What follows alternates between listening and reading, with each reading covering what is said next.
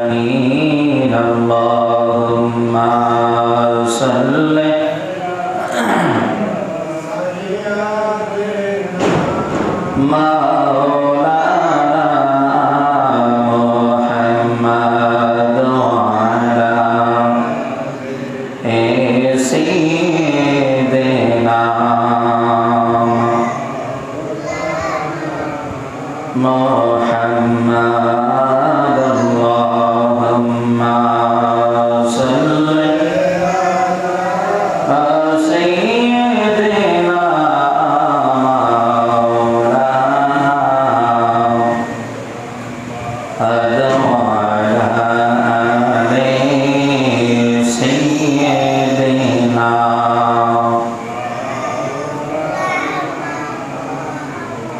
নবীর প্রেমে হরে পাগল হরে আশিক দেওয়ানা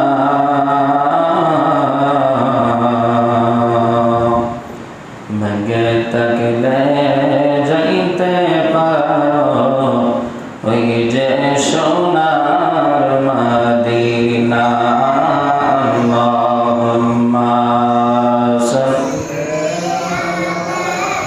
سيدنا مولانا محمد وعلى سيدنا محمد لا إله لا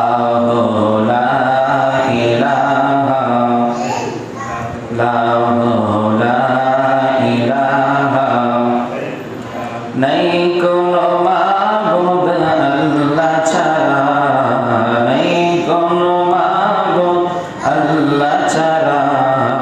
লা ইলাহা লা ইলাহা লা ইলাহা ইল্লাল্লাহ মুহাম্মাদুর রাসূলুল্লাহ সাল্লাল্লাহু তাআলা আলাইহি ওয়াসাল্লাম। মহান আল্লাহ পাকের দরবারে শুকরিয়া আদায় করি যে মহান রব্বুল আলামিন পবিত্র মাহে সফরের চাঁদে চতুর্থ জুমার দিনে আল্লাহর মসজিদে এসে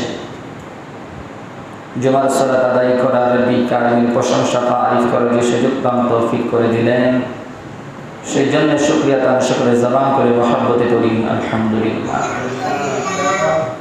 তার সাথে সাথে লাখ কোটি দরুদ সালাম নবীজির নূরানি কদম মুবারকে যিনি উম্মতের কান্ডারি দরুদ নবী শাফিউল মুজনিবিন হুজুর নূর সাল্লাল্লাহু আলাইহি ওয়াসাল্লামের উম্মত বানিয়ে আল্লাহ পাক আপনাকে আমার এই দুনিয়ার জমিনে পাঠিয়েছেন, এই জন্য আবার শুকরিয়া তার মহব্বতে করি আলহামদুলিল্লাহ। আল্লাহ তাআলা কোরআনুল কারীমের মধ্যে 114 খান সূরার মধ্যে আল্লাহ তাআলা একটি সূরা নাযিল করেছেন, যে সূরার নাম হচ্ছে সূরাতুন নাসর।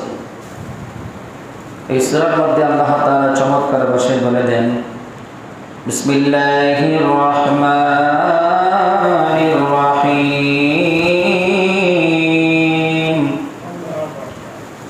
ওয়াল আসরি ইন্নাল ইনসানা লাফি খুসর।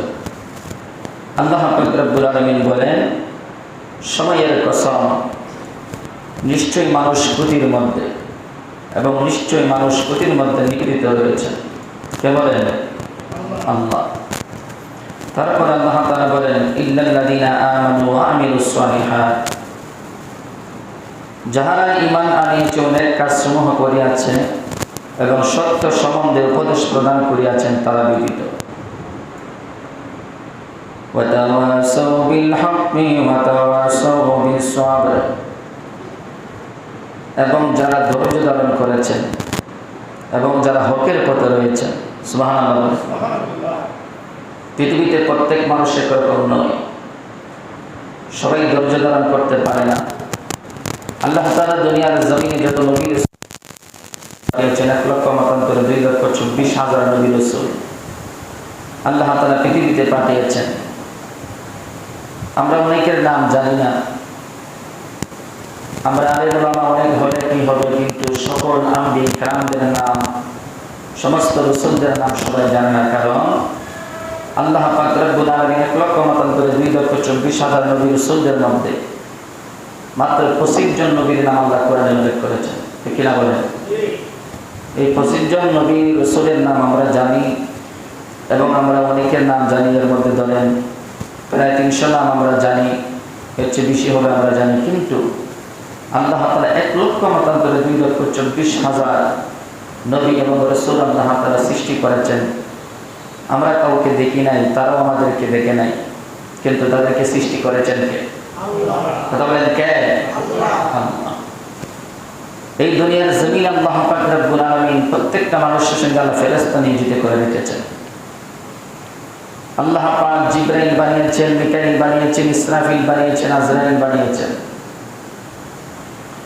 তো আল্লাহ রাব্বুল আলামিন যত ফেরেশতা বানিয়েছেন, এই ফেরেশতাদের মধ্যে আল্লাহ পাক রব্বুল আলামিন যত ফেরেশতা বানিয়েছেন, ফেরেশতাদের লিডার হলো জিবরাইল। কিন্তু অন্যান্য ফেরেশতার খবর আমরা জানি না। কিন্তু ফেরেশতা এমন ফেরেশতা যেই ফেরেশতাদের কোনো গুনাহ নাই। সুবহানাল্লাহ।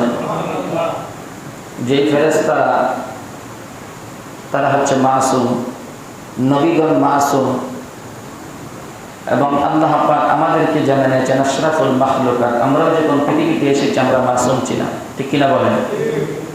আমাদের কোনো অপরাধ ছিল না, আমাদের কোনো দোষ ত্রুটি ছিল না। কিন্তু দুনিয়ার জমিনে এসে আল্লাহর দুনিয়াতে আসার পরে আমরা অপরাধ করেছি, অন্যায় করেছি, কিন্তু আমরা মাফ চাই কার কাছে?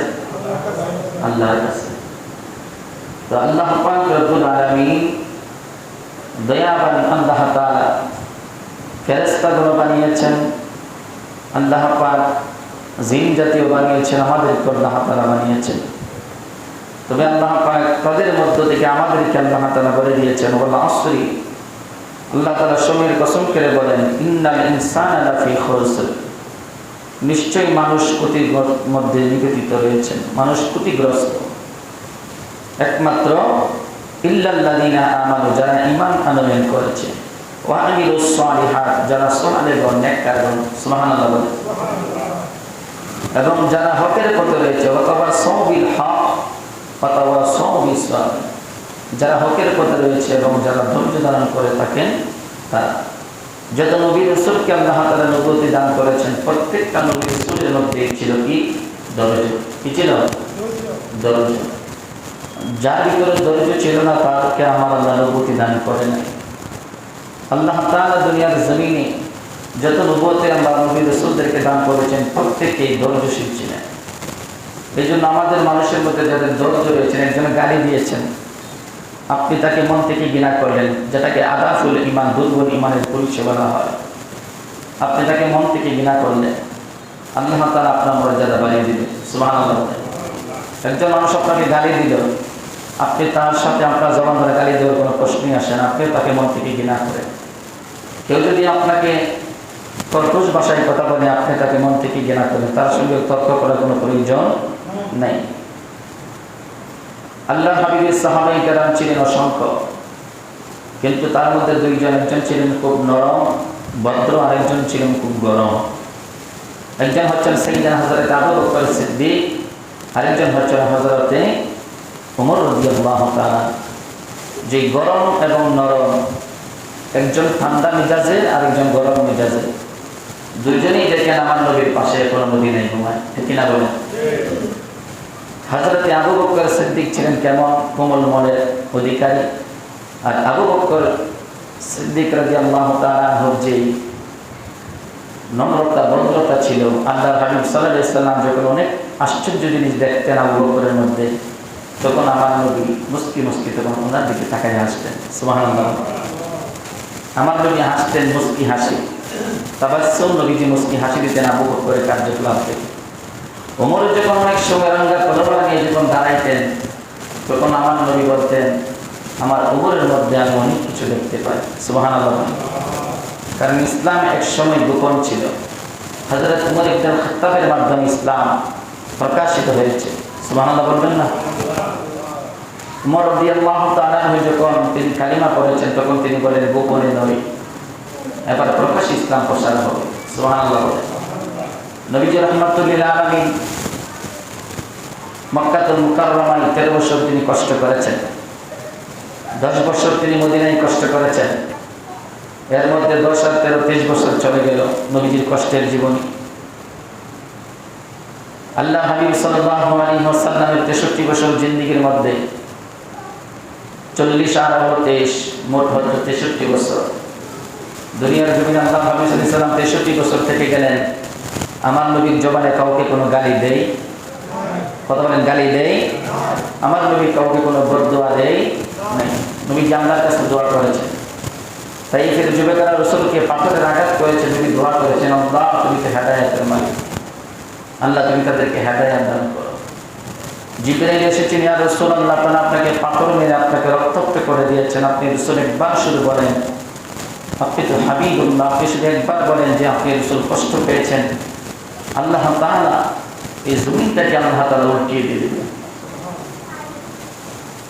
তো আল্লাহ পাক রব্বুল আলামিনের হাবিব বলেন, না আমি এমন নবী, আমি নবী গজবের নবী, আমি নবী হচ্ছে রাহমাতুল লিল ওয়ামা আরসালনাকা ইল্লা রাহমাতাল লিল আলামিন। আল্লাহ তাআলা বলেন, ওয়ামা আরসালনাকা, আমি আপনাকে প্রেরণ করি নাই ইল্লা তবে রাহমাতাল লিল আলামিন, আমি আপনাকে রহমত স্বরূপ প্রেরণ করেছি। সুবহানাল্লাহ।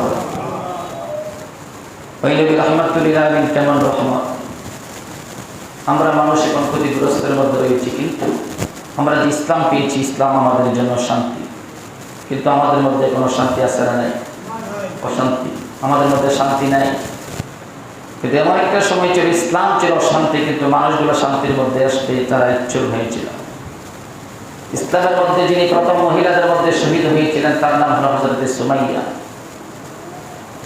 পৃথিবীর ইতিহাসের মধ্যে সাক্ষী পাওয়া যায় হযরত সুমাইয়া রাদিয়াল্লাহু তাআলা আনহা আবু জাহেল, উতবা, শাইবা, ওলীদ বিন মুগীরা তাদের সঙ্গে ছিলেন। কিন্তু আল্লাহ হাবিব সাল্লাল্লাহু আলাইহি ওয়াসাল্লাম যখন আমার নবী কোরআন তেলাওয়াত করতেন, তখন আল্লাহর হাবিবের তেলাওয়াত শোনার জন্য কাফের বেঈমানেরা পাগল করা হয়ে যেত। সুবহানাল্লাহ বলেন।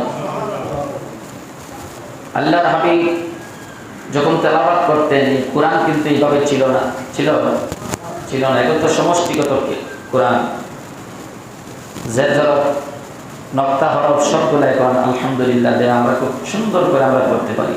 30 পারার কোরআন। কিন্তু আমার নবী যখন তেলাওয়াত করতেন, কাফের বেঈমানেরা বলতো যে আব্দুল্লাহ ছেলে মুহাম্মদ কি পড়ে এতই ভালো লাগে। সুবহানাল্লাহ। আমরা আজকে মুসলমান হই, আমরা কোরআনের দুই আমরা শুনি না। আল্লাহর হাবিব সাল্লাল্লাহু আলাইহি ওয়াসাল্লাম যখন কোরআন তেলাওয়াত করতেন মসজিদে নববীর মধ্যে বসে, কাফের বেঈমানেরা নবীজির কোরআন তেলাওয়াত শুনতেন, তারপরে বলতেন আমরা দুনিয়ার জমিনে কত বই করলাম, কত কিছু আমরা শুনলাম, কত মানুষের কথা শুনি, কিন্তু আব্দুল্লাহ ছেলে মুহাম্মদ এত সুন্দর বই কোথায় থেকে পড়ে যার পড়াগুলা শুনতে আমাদের আরো শুনতে মন চাই। প্রতিদিন সবাই আসলো আব্দুল্লাহ ছেলে মুহাম্মদের তেলাওয়াত শোনার জন্য, তাও আবার রাতে। সুবহানাল্লাহ বলবেন না? আল্লাহ হাবিব তাহাজ্জুদের নামাজ পড়ে যখন কোরআন তেলাওয়াত করেন, তখন তারা লুকাইয়া এসে নবীজির কোরআন তেলাওয়াত শোনে। বড় বড় লিডার যারা, আবু লাহাব, আবু জাহেল, ওলীদ বিন মুগীরা, তারা বড় বড় যারা, তারা এসে আমার নবীজির কোরআন তেলাওয়াত শুনে। কিন্তু যখন তারা আসতো, বিভিন্নভাবে আসতো, যাবার সময় তারা এক রাস্তায় একজন আরেকজনের সঙ্গে সাক্ষাৎ। আল্লাহ হাবিবের তেলাওয়াত শুনে যখন তারা বিদায় হয়ে যায়, নবী যখন তেলাওয়াত স্টপ হয়ে যায়, ফজরের নামাজে যখন দাঁড়িয়ে যায়, তখন তারা বিদায় হয়ে যায়। তখন একজন আরেকজনের সামনে মুখোমুখি দেখা হয়। আবু জাহেল আবু লাহাবের দিকে নজর, একজন আরেকজনের দিকে নজর, কোথায় গেছিলাম? আব্দুল্লাহ ছেলে মুহাম্মদের তেলাওয়াত শুনেছি। সুবহানাল্লাহ। তখন তারা নিজেদের মধ্যে বলেন যে দেখো আব্দুল্লাহ ছেলে মুহাম্মদ যা করে তা আসলে ভালো লাগে, তবে আমরা যদি নিজেরা এগুলা করি তাহলে আমাদের যে ধর্মের মানুষগুলা, আমরা যে 33 কোটি দেবদেবীর পূজা করি, আমরা বিভিন্নভাবে আমরা পূজা করি, সেইগুলো মানুষ আর বিশ্বাস করবে। আব্দুল্লাহ ছেলে মুহাম্মদের ধর্মের মধ্যে তারা বিশ্বাসী হয়ে যাবে। অতএব আমরা যেহেতু লিডার, আমরা তাদেরকে অমনে আনি। তারা যদি জানে যে আমরা জানতে পারি আমরা তার কোরআন তেলাওয়াতের মগ্ন, আমরা তার কোরআন তেলাওয়াত শুনতে রাতের অন্ধকারে চলে আসি, তখন তারা আর আমাদের কাছে আসবে না, আমাদের কথাও তারা শুনবে না। এই কথাগুলো মুনাফিকি কথা। কি কথা? মুনাফিকি কথা। এবং এই কথাগুলো কাফেররা বলতেছে। তখন আবু জাহেল এবং আবু লাহাব, উতবা, সাইবা সবাই বললেন, না আমরা আসবো না, আমরা আসবো না। দ্বিতীয় দিন আল্লাহ হাবিব সাল্লাল্লাহু আলাইহি ওয়াসাল্লাম আবার একই সময় যখন তাহাজ্জুদের সময় আল্লাহ হাবিব যখন তেলাওয়াত করেন, আলার রহমান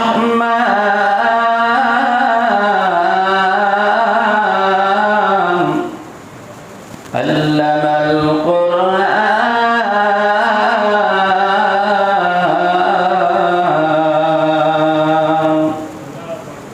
খালাকাল ইনসানা আল্লামাহুল বায়ান। এইভাবে যখন নবীজি তেলাওয়াত করে সূরা আর রহমান, সূরা ইয়াসিন যখন আমার নবী তেলাওয়াত করে, তখন কাফের বিমানেরা আবার রাতে নির্বিটা এসে তারা শুনে। সুবহানাল্লাহ বলে। আবার তারা একে অপরের সঙ্গে সাক্ষাৎ হয়, তখন তারা নিষেধ দেয় কোরআন তেলাওয়াত শোনা যাবে না।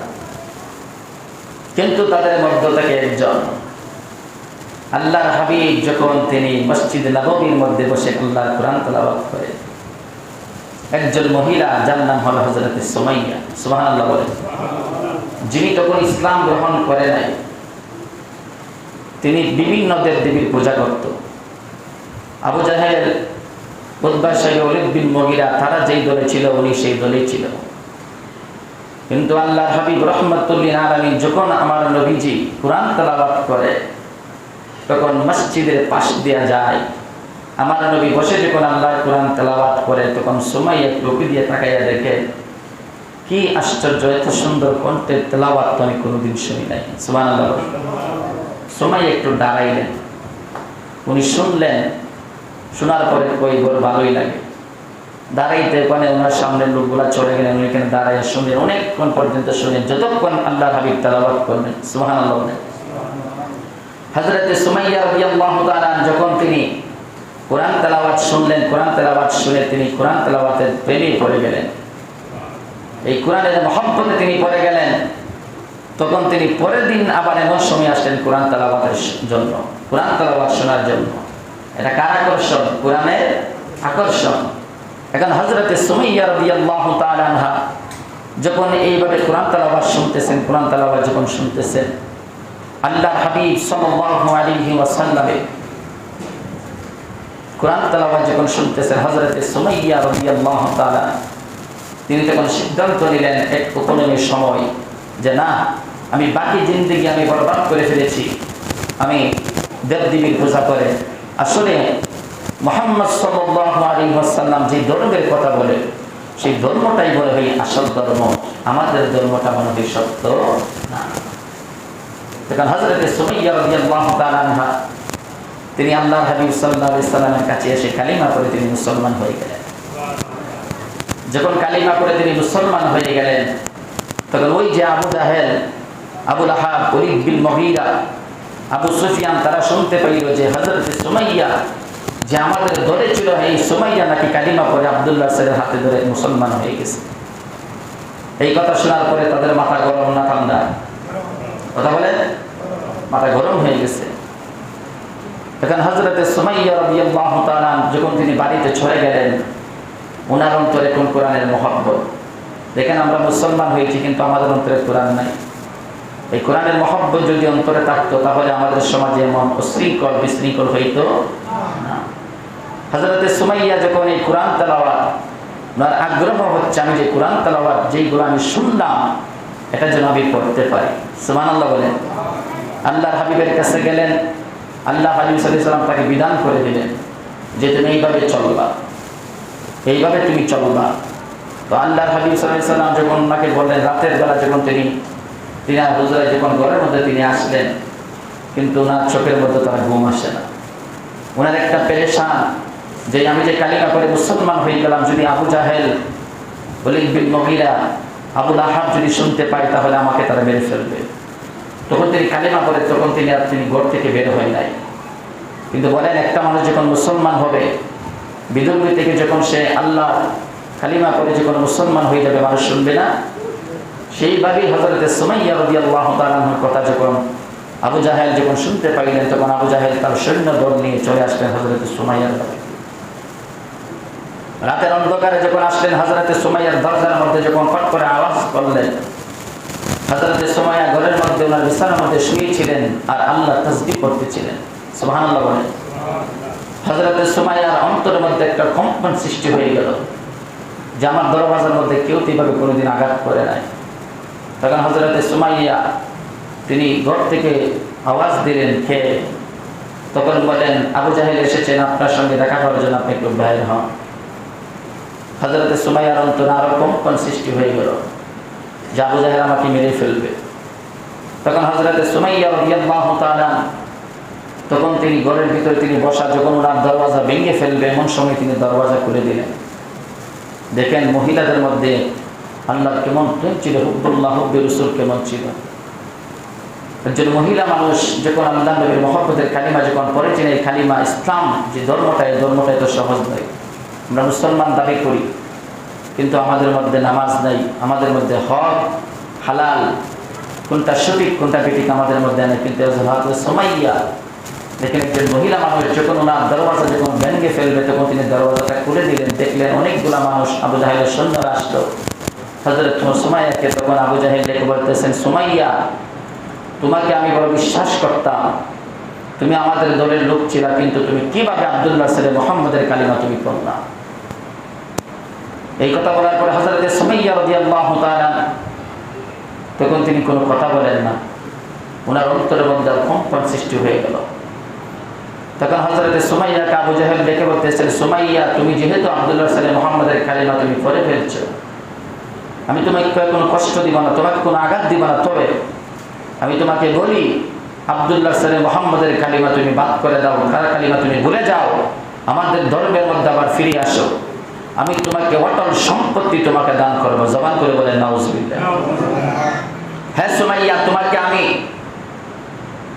অনেক অটল সম্পত্তি তোমাকে দান করবো, এমনকি তুমি যা চাও আমি তোমাকে তা দেবো, কিন্তু সুমাইয়া আব্দুল্লাহ ছেলে মুহাম্মদের ধর্ম থেকে তুমি ফিরে আসো। হযরত সুমাইয়া বলেন না, আমি যে ধর্মের ভিতরে আছি, আমি যে ধর্মটা আমি গ্রহণ করলাম, আব্দুল্লাহ ছেলে মুহাম্মদের ধর্মকে তোমরা ভ্রান্ত ধর্ম বলো। উনি বলেছেন ইন্নী রাসূলুল্লাহ, আমি বিশ্বাস করেছি উনি আল্লাহ রাসূল। সুবহানাল্লাহ বলেন। উনি বলেছেন আমি আল্লাহ রাসূল, আমি বিশ্বাস করেছি এবং ওনার জবানের কথা আমি শুনেছি। দুনিয়াতে আমরা মুনাফিকি করি, আমাদের জবানের কথা মিথ্যা হয়, কিন্তু ওনার একটা কথা আমি মিথ্যা পারি নাই। সুবহানাল্লাহ বলেন। ওনার জবানের কথা আমি শুনেছি, ওনার চেহারা মোবারকের দিকে আমি তাকিয়েছি, ওনার কথার মধ্যে কোনো মুনাফিকি নাই, কোনো চুগল করি নাই, কিন্তু তোমার আমার কথার মধ্যে চুগল করি আছে। এই কথা বলার পরে আবু জাহেল রাগান্বিত হয়ে গেল। তখন বলতেছেন সুমাইয়া, ধার করে তোমাকে বলতেছি তুমি কালিমা ছেড়ে দাও, আমাদের জন্য তুমি ফিরে আসো। এই কথা বলার পরে সুমাইয়া বললেন, না আবু জাহেল, আমাকে যদি তামাম পৃথিবী দেওয়া হয়, আমাকে যদি তুমি সব কিছু দাও, অটল সম্পত্তি নেই, শুধু আল্লাহ সাত আসমান সাত জমিনে যাহা আছে, আমাকে যদি সব কিছু দেওয়া হয়, এরপর আমি একবারের জন্য আমি সেই কালিমা আমি বলতে পারবো না। তখন হযরত সুমাইয়াকে এতগুলা বিশাল মানুষের মধ্যে, মানুষগুলা যখন জড়োয়া হয়ে গেল অনেকগুলা মানুষের সামনে, হযরত সুমাইয়া রাদিয়াল্লাহু তাআলা আনহাকে কি করলেন? হযরত সুমাইয়া রাদিয়াল্লাহু তাআলা আনহাকে তখন তারা তার পরনের কাপড় করে ফেলেছে। নাউজুবিল্লাহ বলেন। ওনার পরনে যে কাপড় করে ফেলেছে, ওনাকে উলঙ্গ করে দিল। এবার হযরত সুমাইয়ার চেহারাটা ছিল জমিনে, ওনার চেহারাটা এবার আসমানের দিকে, আল্লাহর দিকে তাকাইয়া হযরত সুমাইয়া কাঁদে। আবু জাহেল একটি বল্লম নিয়ে হযরত সুমাইয়া রাদিয়াল্লাহু তাআলা আনহাকে ওনার পেট মোবারকের মধ্যে এমন ভাবে একটা গাই মারল, হযরত সুমাইয়া পৃথিবীর কাউকে ডাক দেই নাই, একটা ডাক দিয়েছেন তিনার রব আমাদের আল্লাহকে। জবান করে একবার বলি আল্লাহু আকবার। হযরত সুমাইয়া রাদিয়াল্লাহু তাআলা যখন আল্লাহকে ডাক দিলেন, আল্লাহ পাক রব্বুল আলামিন বলেন তো আশিকের ডাক শুনে কি শুনে না? কথা বলেন, শুনে কি শুনে না? পৃথিবীতে আল্লাহকে যে মানুষ ডাকছে পাই নাই এমন কোনো মানুষ নাই। যারা ডাকে তারা আল্লাহর ওলি হয়ে যায়। আল্লাহকে ডাকলে পাওয়া যায়, দুনিয়ার মানুষকে ডাকলে হয়তো ধোঁকা দেয়, কিন্তু আমার আল্লাহ এমন আল্লাহ, যেই আল্লাহকে যদি আপনি নিরিবিলি ডাকেন, আমার আল্লাহ অবশ্যই আপনার ডাকে সাড়া দেয়। কিনা বলেন? যেই আল্লাহকে একবার ডাকলে আল্লাহ বলেন, বান্দা আমি আল্লাহ তোমার একবার ডাকের আমি আল্লাহ 70 বার সাড়া দেই। আর জোরে কান্না সুবহানাল্লাহ। ওই হযরতে সুমাইয়া রাদিয়াল্লাহু তাআলা যখন ওনাকে বল্লমের আঘাতের পর আঘাত, ওনাকে অনেক নির্যাতন যখন করেন, সুমাইয়া আল্লাহকে ডাক দিলেন, আল্লাহ আমার যদি জীবনটাও চলে যায় তোমার কাছে আমি চাই আল্লাহ আমার যেন ঈমান হারা না হয়, আমি যেন ঈমানের মধ্যে অটল আমি থাকতে পারি, তোমার নবীর কালিমা পড়েছি, কালিমা নিয়ে যেন আমি মরতে পারি। জোরে কান্না সুবহানাল্লাহ। আল্লাহ তাআলা তখন বললেন, হে জিবরাইল, আমার সুমাইয়া তার কালিমার পরীক্ষা দিয়েছেন, সে আমি আল্লাহকে এতই ভালোবেসেছেন, আবু জাহেল এত কষ্ট দেওয়ার পরেও আমার সুমাইয়া একটাবারের জন্য আমি আল্লাহকে বলি নাই, অতএব আমি আল্লাহ তার জন্য একটা জান্নাত রাখলাম। ইন্নাল্লাযীনা আমানু ওয়া আমিলুস সালিহাতি কানাত লাহুম জান্নাতুল ফিরদাউস নুজুলা। আমি আল্লাহ তার জন্য একটা জান্নাত রাখলাম, যে জান্নাতের নাম হচ্ছে জান্নাতুল ফিরদাউস। যেরকম সুবহানাল্লাহ, এই জান্নাতুল ফিরদাউস আল্লাহ পাক তার জন্য রেখে দিয়েছেন। এর মধ্যে আজকে আমরা দুনিয়ার জমিনে ওই যুগটা কেমন ছিল, আইয়ামে জাহিলিয়াতের যুগ ছিল। আর এখন আমাদের যুগ, নামাজ পড়লে মসজিদে আসলে আমাদের কি কেউ বাধা দেয়? কথা বলেন, বাধা দেয়, কিন্তু আমরা নামাজে নাই। আল্লাহর জিকির করলে কেউ বাধা দেয় না, কিন্তু আমরা নামাজে নাই। নবীর সাহাবায়ে কেরাম কষ্ট করেছেন নামাজের জন্য, নবীর সাহাবায়ে কেরাম কুরআন তেলাওয়াত করেছেন, মানুষ কষ্ট দিয়েছেন, কিন্তু আমার নবী রাহমাতুল লিল আলামিন এমন নবী যে নবী সাহাবায়ে কেরামদেরকে বলে গিয়েছেন যে তোমাদের যুগটা, এই যুগটা ছিল সোনালী যুগ। সুবহানাল্লাহ বলেন। আর সাহাবায়ে কেরামের যুগটা সোনালী যুগই ছিল। আমাদের মধ্যে মুনাফিক অভাব নাই, ওই সময় মুনাফিক ছিল, কিন্তু যারা নবীর সাহাবী হয়েছেন তাদের মধ্যে কোনো মুনাফিকই ছিল না। এই জন্য বাবাজিরা আমার, হযরতে সুমাইয়া একজন মহিলা মানুষ, আমার আল্লাহর মহব্বত করেছেন, নবীকে ভালোবেসেছেন, কালিমার মালা গলায় পরে আল্লাহ জান্নাত হাসিল করে দুনিয়া থেকে বিদায় হয়েছেন। আমাদের নামাজ দরকার আছে না নাই? কথা বলেন, দরকার আছে না নাই? হক পথে চলা দরকার আছে না নাই? হালাল হারাম চিনে খাওয়া দরকার আছে না নাই? এমন পথে চলবেন যে পথে চললে আল্লাহ খুশি হন, এমন পথে চলবেন যে পথে চললে আমার রাসূলুল্লাহ খুশি হন, সেই পথে আমাদের চলা দরকার আছে না নাই? আল্লাহ পাক রব্বুল আলামিন যেন আমাদের সকলকে সঠিক বুঝ দান করেন, আমরা যেন সঠিক পথে চলতে পারি, সঠিক বুঝ দেন আল্লাহ আমাদেরকে দান করে দেয়। যারা মসজিদে আসি না, নামাজে আসি না, আল্লাহ যেন আমাদেরকে নামাজি বুঝ দান করে দেয়। বলেন আমিন। আর জবান করে বলি আমিন।